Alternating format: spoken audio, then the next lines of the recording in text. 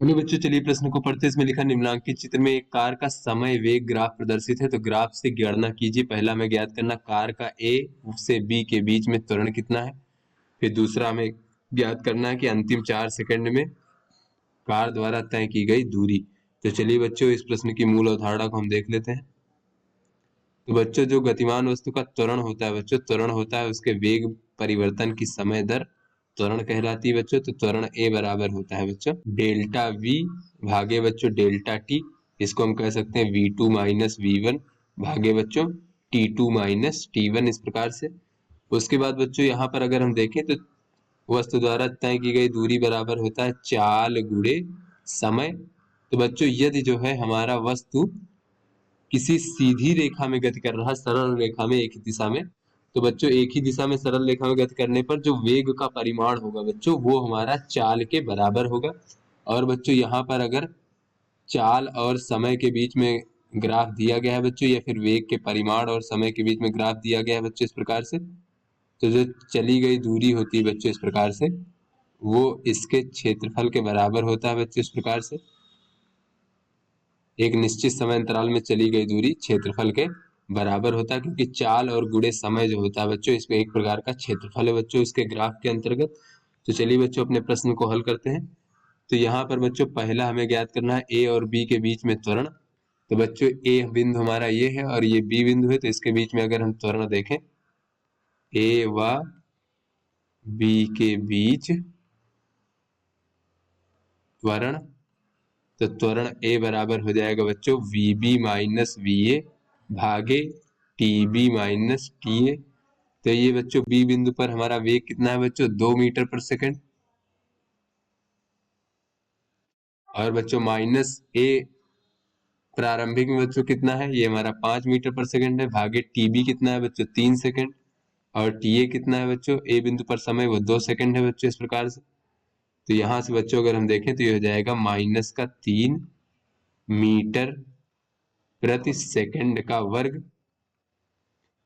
तो बच्चों ये ऋण चिन्ह यह प्रदर्शित करता है बच्चों कि इसका वेग जो है घट रहा है, यानी कि समय ए और बी के बीच में समय के साथ इसका वेग घट रहा है। तो ये ऋण चिन्ह प्रदर्शित करता है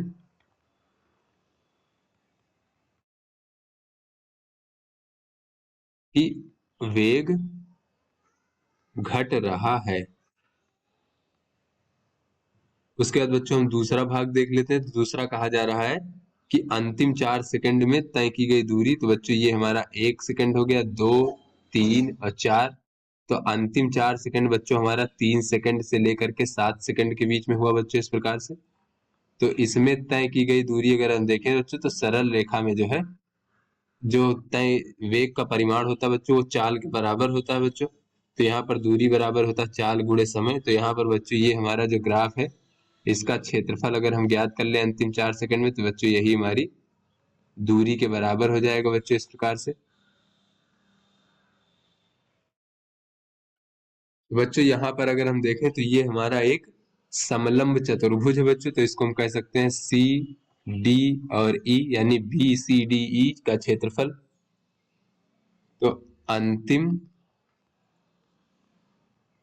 4 सेकंड में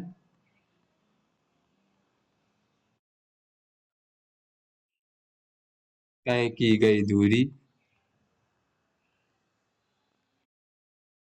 बराबर हो जाएगा बच्चों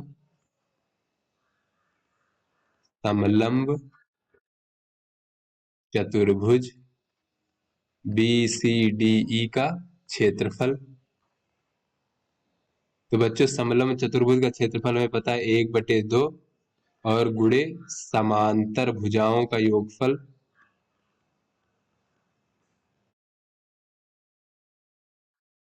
और गुणे बच्चों ऊंचाई। यहाँ पर बच्चों देखें तो ये हो जाएगा 1/2 और समांतर भुजाओं का योगफल कितना हो जाएगा बच्चों, तो एक भुजा है 7 माइनस 3 यानी 4, और दूसरी भुजा है बच्चों ये हमारी 5 माइनस 3 यानी ये 2 है बच्चों इस प्रकार से, और ये 4 है। तो यहाँ पर हो जाएगा बच्चों इस प्रकार से 4 धन 2।